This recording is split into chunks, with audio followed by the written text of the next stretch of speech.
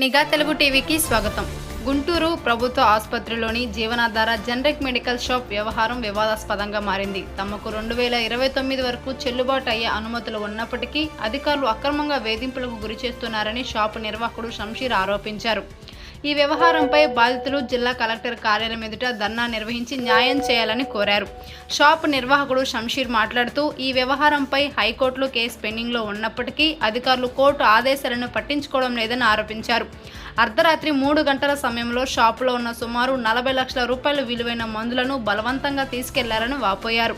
అలాగే గుంటూరు తూర్పు తహసీల్దార్ పక్షపాతంగా వ్యవహరిస్తున్నారని, తనను మతపరంగా లక్ష్యంగా చేసుకొని బెదిరింపులకు పాల్పడుతున్నారని షంషీర్ ఆరోపించారు.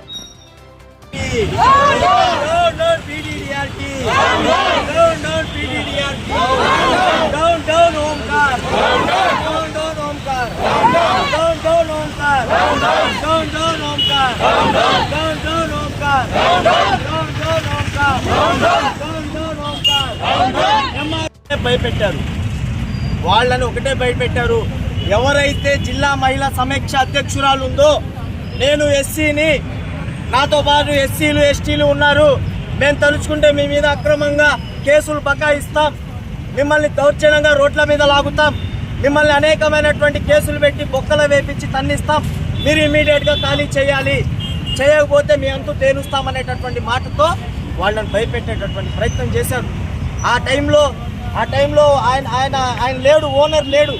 అయ్యా మా ఓనర్ గారు రానివ్వండి, ఓనర్ గారు వచ్చిన తర్వాత మాట్లాడదామంటే మీ ఇష్టం, మీరు ఇప్పుడు మొత్తం ఖాళీ చేయకపోతే మీ అంతు తేలుస్తా అని చెప్పేసి, ఇదో చూడండి ఏ విధంగా ఒక మహిళ అయి ఉండి కూడా, మేము మహిళలంటే మాకు చాలా గౌరవం, మేము మహిళల్ని చాలా గౌరవిస్తాం, కానీ ఇటువంటి వ్యక్తుల మీద దాడులు చేయడం, ఇటువంటి వ్యక్తుల్ని భయపెట్టేటటువంటి ప్రయత్నం చేయడం ఇది ఏమాత్రం సమాజానికి మంచిది కాదు.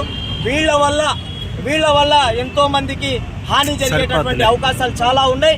తక్షణమే కలెక్టర్ గారి మీద పూర్తి స్థాయిలో మాకు గౌరవం ఉంది, ఆయన న్యాయం చేస్తారు, కోర్టు మీద నమ్మకం ఉంది. మీరు ఏదైతే చేసినటువంటి అన్యాయం మీద, వీళ్ళు చేసినటువంటి దౌర్జన్యం పైన కలెక్టర్ గారు తక్షణమే చర్యలు తీసుకోవాలి. కోర్టు ద్వారా కూడా మేము న్యాయం వచ్చింది అనేటటువంటి వాళ్ళు పూర్తి స్థాయిలో నమ్ముతా ఉన్నారు. వీళ్ళకి